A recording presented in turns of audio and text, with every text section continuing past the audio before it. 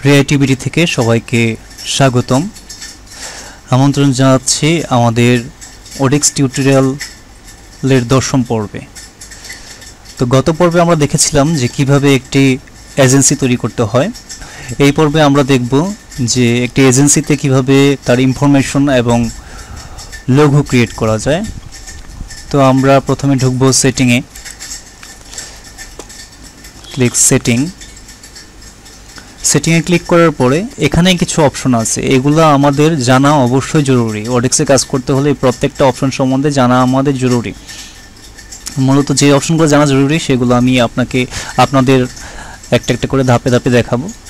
তো আমরা প্রথমে যাব কোম্পানি ইনফো। তো কোম্পানি ইনফোতে ক্লিক করলাম।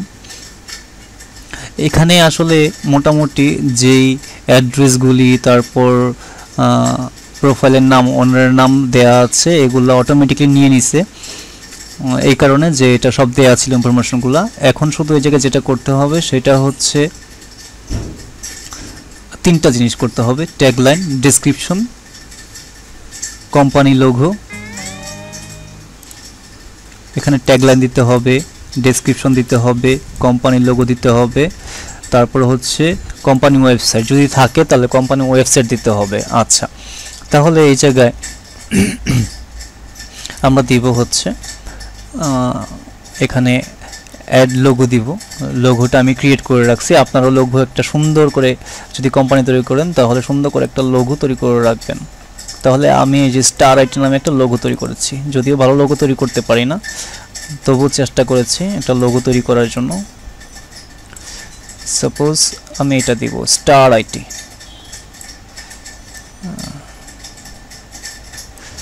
Star IT, save images. আচ্ছা,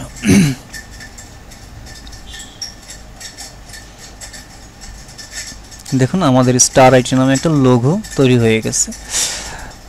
তারপর আপনারা যাবেন এখানে, যদি এগুলো চেঞ্জ করতে হয় তাহলে এখানে এডিটে ক্লিক করবেন, অথবা যে কোম্পানি প্রোফাইল ইনফো, এখানে এডিটে ক্লিক করে আপনারা এখানকার সমস্ত ইনফরমেশন দিতে পারেন, ট্যাগলাইন দিতে পারেন, তারপর হচ্ছে ডেসক্রিপশন দিতে পারেন। ডেসক্রিপশন ট্যাগলাইনটা আমি পরে দিব, কারণ আমি ভাই ইংলিশে এত এক্সপার্ট না। তো আমার একজন আছে, উনি ইংলিশে খুব এক্সপার্ট, মূলত উনি লিখে দেয় আমাকে এগুলা, উনি আমাদের আর্টিকেল রাইটার। তো এখানে আমরা বাকি যে ইনফরমেশনগুলো আছে আমরা এগুলো এই জায়গায় লিখে জাস্ট আপডেটে ক্লিক করব। আপডেটে ক্লিক করার পরে আমার এটা সেট হয়ে যাবে। আচ্ছা, তারপরে হচ্ছে